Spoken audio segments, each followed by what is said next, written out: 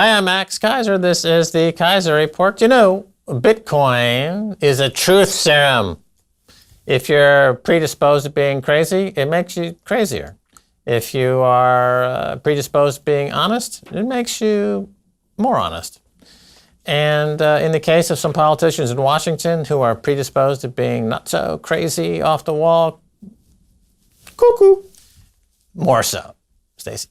Well, of course, the United States is a government by and for the people, but a lot of our officials, especially in Congress, don't believe that the people are smart enough to know what's best for them. So we have Brad Sherman being an imbecile again in the past week and a half. And the thing that I think is quite important for this is the process of de-dollarization that is going on. And a lot of the stuff you see, the turmoil in the repo markets, the turmoil in the gold markets, the turmoil in certainly political and geopolitical realities is revolving around this de-dollarization. We saw China, for example, in the past week and a half announce that, in fact, the president himself, President Xi, announced that they're going long on blockchain and, in particular, Bitcoin. So that is a part of de-dollarization and an end run around sanctions and the weaponization of the dollar financial grid.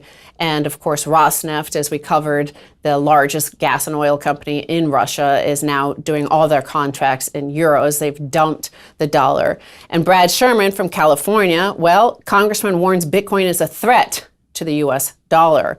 Cryptocurrency either doesn't work, in which case investors lose a lot of money, or it does achieve its objectives perhaps and displaces the US dollar or interferes with the US dollar being virtually the sole reserve currency in the world, said Brad Sherman. Sherman covered multiple benefits of the US dollar's dominance over other currencies for Americans, such as the profits generated by the Federal Reserve for the US Treasury, the seigniorage, and the ability to influence other countries' policies and actions through the use of economic sanctions. It's the weaponization of the dollar. So it's the dollar as a weapon. And sanctions are an act of war. Other countries feel that they are tired of being aggressed upon by the highly aggressive American weaponized US dollar empire. And they are figuring out that they can secede via Bitcoin, which is easier to use than gold. If the objective is to do an end run around America's empire of debt. And now Brad Sherman, at least he's smart enough to understand his days are numbered, which is more than most people. Most people in Congress don't even understand that much. And he is sounding the alarm, but much too late. Much too late. The game's over. Bitcoin wins. Well, he's articulating the truth. As Keiser Report here, we warned that this would happen. Our guest, Jim Rickards, back in 2009 or 10, warned, maybe it was actually 2011 or 12, warned that Barack Obama weaponizing SWIFT, remember when he cut Iran off from the financial grid, that they weren't allowed to use the banking system around the world. Well, he said, well, that was a great thing. You're powerful. You showed them who's boss. But be warned, you might not like the consequences as other nations think, well, right, today it's Iran, tomorrow will it be China or Russia or Germany? That's why people, I think, are correct when they equate Bitcoin to gunpowder. You know, gunpowder was introduced and it changed global geopolitics forever, and you can't uninvent gunpowder. Bitcoin has changed now the whole notion of what money is, and you cannot uninvent it. There's no turning back. As with gunpowder, there is no going back. So Brad Sherman, you know, he can rail against it all he wants, but he's either going to have to start accumulating Bitcoin right now to save himself, his family, his country, or get out of the way. A fiat dollar can only be sustained through force, as Paul Krugman said. So force is not that easy to apply. You have to do it with intelligence, and you have to be smart, because at a certain point, and we've seen this throughout history, many dictators, you could see in Egypt, for example, Mubarak, he controlled the population for 30 years and then gone. Once the system rejects you and they change their thinking, it's over. It's over. It was over for the kings of France when the people rose up, and here is the same. And what Sherman said, this is a weird statement, but he said, we stand to lose all that because cryptocurrency is the currency of the crypto patriot. Right on, dude. Crypto patriots unite. We need a flag. We need an army, which we don't really need, an army of peace. It is true that Bitcoin is the revolution of peace. It is the ultimate in passive resistance. It's Jesus, Martin Luther King, and Gandhi all rolled up into one beautiful, Cartesianly elegant algorithm that's blowing the roof off all these tin pot dictators like Brad Sherman and others around the world, and is ushering in a whole era of peace, prosperity, and love. If we can make it past this ecological devastation, we'll survive. If not, Bitcoin will be at $100,000, but humans themselves will become extinct. And a reminder of what Brad Sherman had said in May, because remember I said he's at it again. We covered this back in May, and it was quite important. It was the first time ever uttered these words in Congress in this modern post-1971 all-fiat world. And he had said, an awful lot of our international power comes from the fact that the dollar is the standard unit of international finance and transactions. Clearing through the New York Fed is critical for major oil transactions. Now remember, a lot of people do get that wrong. They say, oh, like because Rosneft is pricing it in euro, this will end the dollar. But what's the most important is clearing through the New York Fed, where it settles, where the final transaction settlement happens. And if you can start doing this in Bitcoin, which is a final transaction settlement layer, then that's a final settlement layer. That is where, that is the power of what Bitcoin, and as China's calling it, the blockchain is happening. And I think that's what China is doing with their announcement. And that's in fact what Mark Zuckerberg in these testimonies where this latest Brad Sherman stuff happened about Libra. Well, Mark Zuckerberg said, if we can't do Libra, then you do realize that China's going to do this first. I think this is one of the main differentiating aspects of Bitcoin versus fiat money, paper money, and gold. So with both paper money and gold, you have a deferred or delayed settlement. With paper money, it goes to the banking system. It takes the time to settle these trades, and there's a process called settlement. It's a well-understood concept in banking, finance, and economics around the world. You send money around the world, and it arrives. It has to be essentially verified and settled. In gold, it also you can send gold all around, but it's not has to be adjudicated, has to be verified. There's a delay. There's a process behind it. It takes a lot of effort to move it, et cetera. That's all friction, a lot of friction, both in paper and in gold. Bitcoin uniquely is self-settling. The transaction is the settlement. When the transaction hits, it settles, right? There's no settlement layer. There's no delay. When that Bitcoin hits your account, it's done. That makes it remarkably more efficient. It makes it a revolution that is just now being understood by some of these politicians who are now fighting a rear guard action. You know, Brad Sherman is like going to a gunfight with a knife, right? He has failed to take on board exactly what the dimension of this battle is going to be. He doesn't understand that he's already lost. Also, I believe the fact that he is speaking an absolute truth, that this is something that could be like what triggered the French Revolution, when the population of peasants saw the books of the king. It not only made him ordinary, but it also shocked them about how much he actually had, and the family and the aristocrats stuff. Yeah, someone should tell Brad to quiet down, because he's giving the recipe book to foreign powers how to destroy the dollar. In other words, if any country in the world wants to undermine the dollar today, they would add Bitcoin to their strategic reserve. Hello? Oh, you want to be a slave. Sorry. Well, obviously China is not. Obviously Russia is not. Obviously Belarus is mining Bitcoin. It's frustrating though, because I said for them to do this 10 years ago, 8 years ago. Get the slave shackles off, okay? Be free. Your country will love you.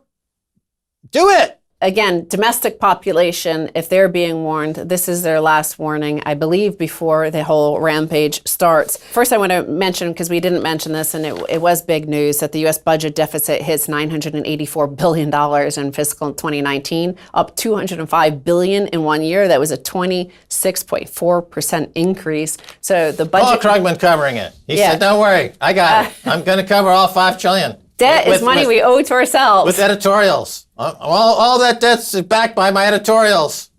Ding, ding, ding. Yeah, of course. So here's the annual U.S. Treasury budget deficit. This is during the financial crisis, this spike there. And of course, that was the most since World War II, when we were in a global war. Then we were at basically the same. We were battling deflation. We were battling all the toxic debts washing up on our shores in 2008 and 2009, and that resulted in this huge money printing. This is mirroring kind of the stock market rise during the whole time as we keep on just throwing more money at that situation. But here's another story, another tweet this past week that you and I noted quite a few months ago, and that was the fact that the stock markets are signaling boom times, where the bond market is signaling Armageddon, right?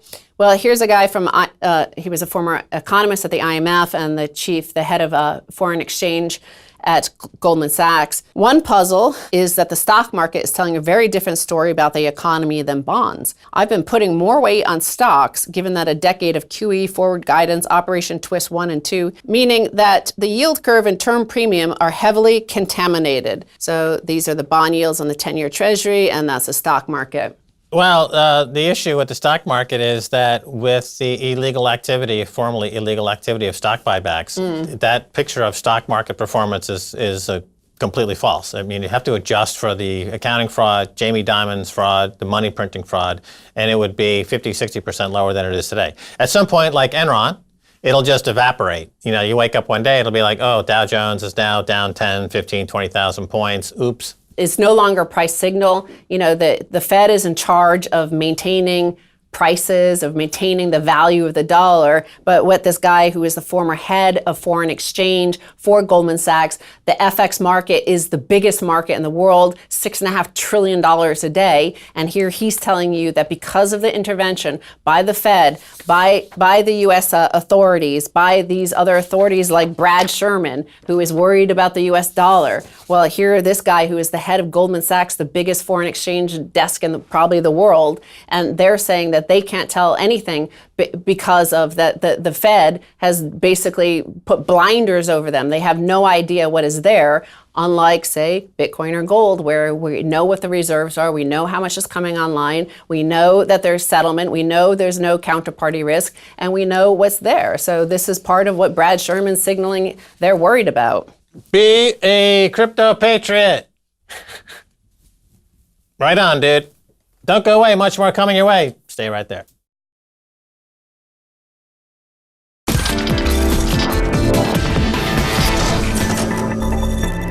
Welcome back to the Keiser Report. I'm Max Keiser. The Selena Gomez of Financial News. Why am I the Selena Gomez of Financial News? Because we're shooting this on an iPhone, of course. Wow, times are a-changin'.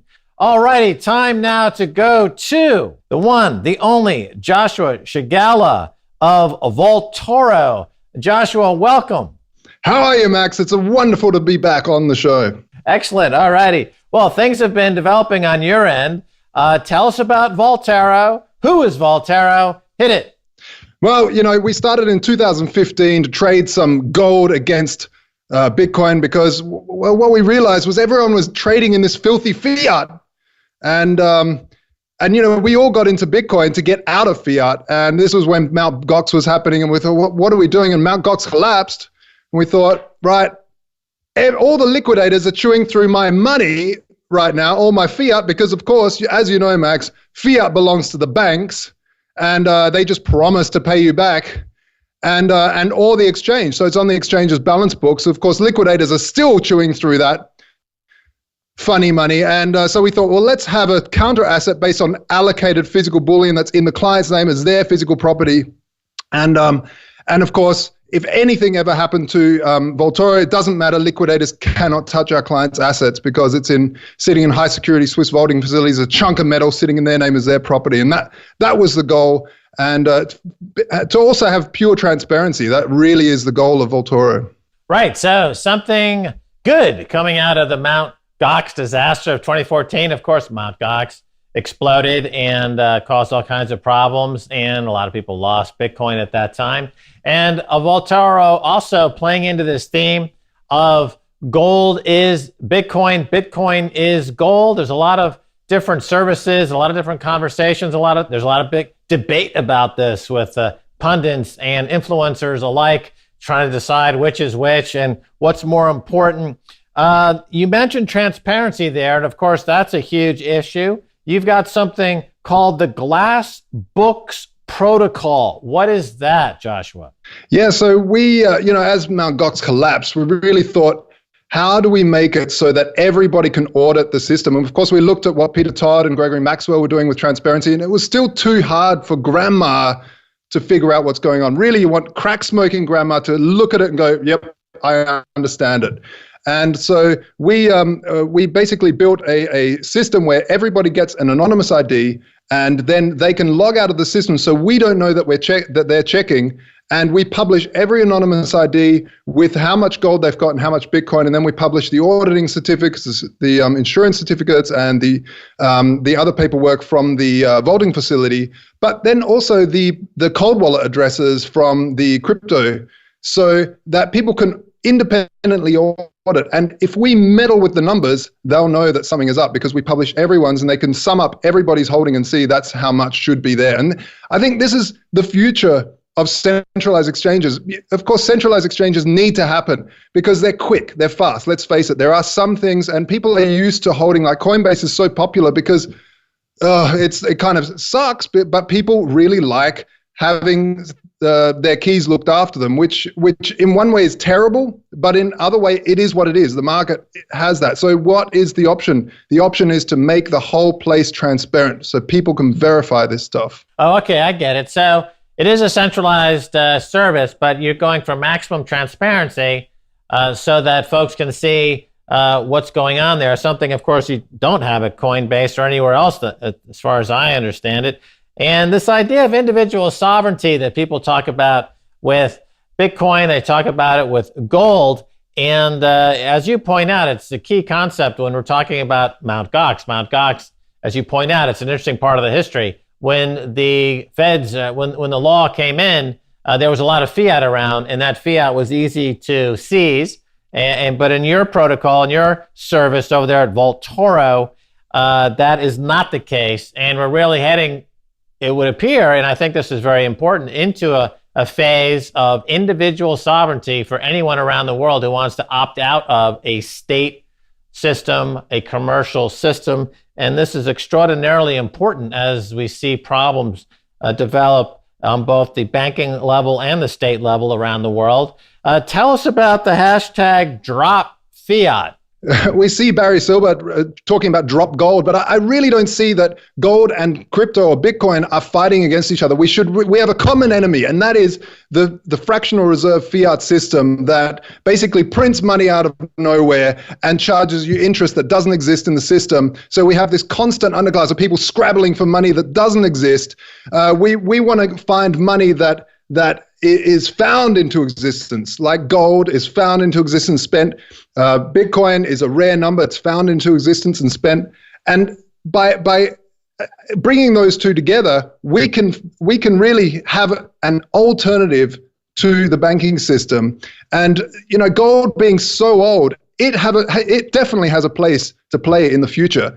And I think we should be talking about drop fiat, not drop gold. Right, good point. I would agree with that. So if I understand Vaultoro, the primary service there is you can go back and forth between between Bitcoin and gold and maintain all the attributes of both without losing anything. And let me get your thoughts on this, Joshua. China announcing that they will be rolling out their own cryptocurrency or blockchain. Is this good for the industry, bad for the industry? Was it inevitable as nation states start to drop fiat? The price of Bitcoin was around $7,500. It skyrocketed up to $9,500, close to $10,000 on the news. This is a big trend. It's been you've been in the business for a while. It's been percolating for a while. The sovereign level, the state level, getting into crypto, in particular with China. Joshua, what do you think it means? Yeah, look, a lot of people say, oh, you're a Bitcoin maximalist, but really, I'm a competition maximalist. And if a nation state wants to come out with a blockchain asset, first of all, it's going to be a fiat asset. If China releases one, it's still going to be under fiat that these tokens gain its value. And so I think it's really sad that we don't allow that Facebook isn't allowed to compete in private money. We should, I would never use Facebook coin. I think it's a revolting thing to even touch. But I will fight tooth and nail to allow them to compete for good money. Fair enough. And I think this is the shame, really, when you have Brad Sherman, who's a congressman in D.C., grilling Mark Zuckerberg and appearing to be living in a different century, having no knowledge or awareness whatsoever of what's happening in China and elsewhere in the push toward this new cryptocurrency environment. A lot of people liken this to the Sputnik moment. Remember when the Soviet Union put up a satellite into space, suddenly America was galvanized to act, and we landed a man on the moon. Do you think that's too far of an exaggeration, or would you make a comparison like that, Joshua? No, I think you've hit the nail exactly on the head. Facebook released their white paper, or there was already rumors, and of course China jumped on this straight away. We see the same with Alipay is now everywhere. Over in Europe and Australia, I'm seeing it popping up in America. If America doesn't allow the private sector to innovate in this space, we will have China eating the lunch of everybody. And I don't only think America should do this. I think other countries or startups in other countries should be allowed to do this. This is why we are also working on VGold, which was an allocated gold token. So instead of you buying gold and you having a PDF, you take all that information on the PDF, which would be the serial number, the voting facility, the insurance, and the auditor, and you take all that information and put it into a token that you can send. Because of course, Max, I can't send you a PDF. You don't know if I've double spent that PDF, right? So by having a token, I can send it to you, you can spend it elsewhere, and that information gets tracked around the blockchain, which is a really handy tool. And it brings gold into the 21st century. Right. I mean, I was surprised recently that the news came out that, oh my goodness, the cops busted a ring of predators on the internet because they were using Bitcoin.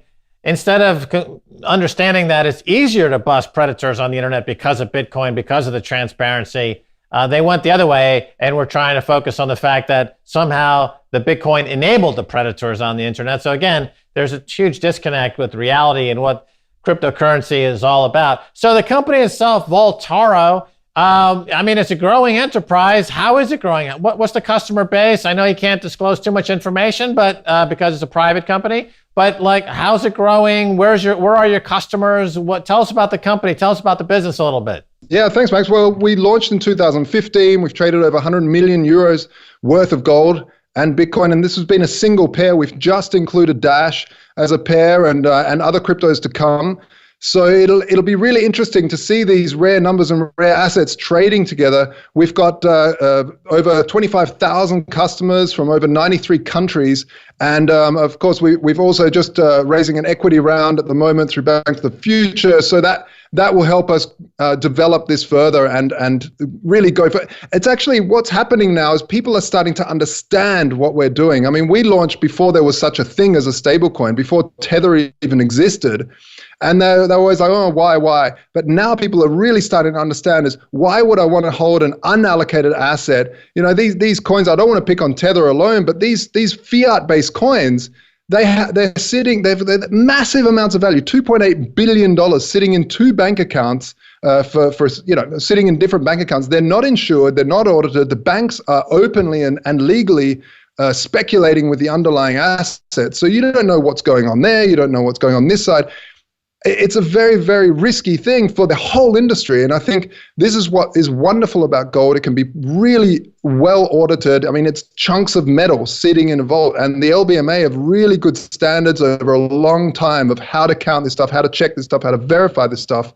And it's not speculated with on the other side, and it's allocated to the user. So this is a really interesting move forward for the industry to start embracing this stuff, and we're definitely seeing that in the numbers. On Keiser Report, we've always tried to feature entrepreneurs in the Bitcoin, in the cryptocurrency space. Our friends over at Bank to the Future have been helpful in raising a seed capital for a lot of these companies and some money for these companies to get going. So you guys are on Bank to the Future. You're doing a fundraise, and people should check that out and do their own research. And but overall, we've been tracking you for a while. It's really fantastic to have you on the Keiser Report, Joshua. Well, hopefully next time we talk, you will have doubled, tripled, quadrupled your business. Thanks so much for being on the show. Thanks for having me.